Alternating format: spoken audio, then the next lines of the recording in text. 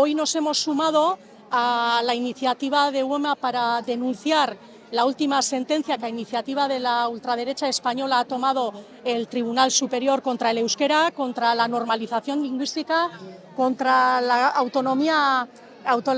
local y sobre todo también contra nuestro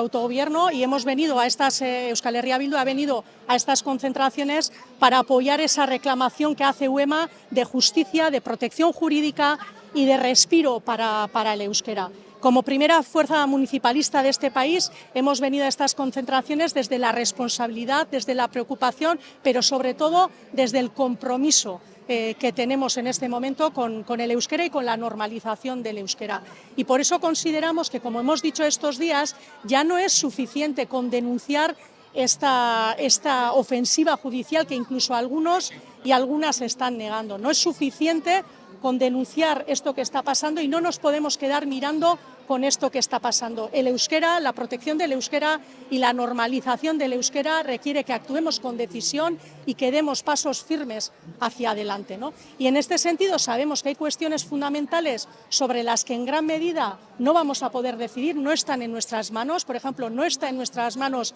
en su totalidad el que el euskera pueda ser reconocida como lengua oficial en Europa.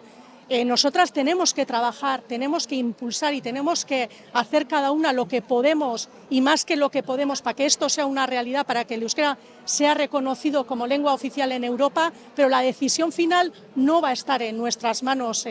lamentablemente, pero sí hay otras cuestiones que son fundamentales para la protección y la normalización del euskera que están en nuestras manos y que tenemos que utilizar para cambiar la realidad y para actuar con la determinación y la decisión que requiere una emergencia lingüística como la que estamos viviendo. Por ejemplo, está en nuestras manos el poder tomar decisiones jurídicas y el crear la construcción de esa arquitectura jurídica que va a llevar a la normalización lingüística a otra era y que nos va a proteger ante ofensivas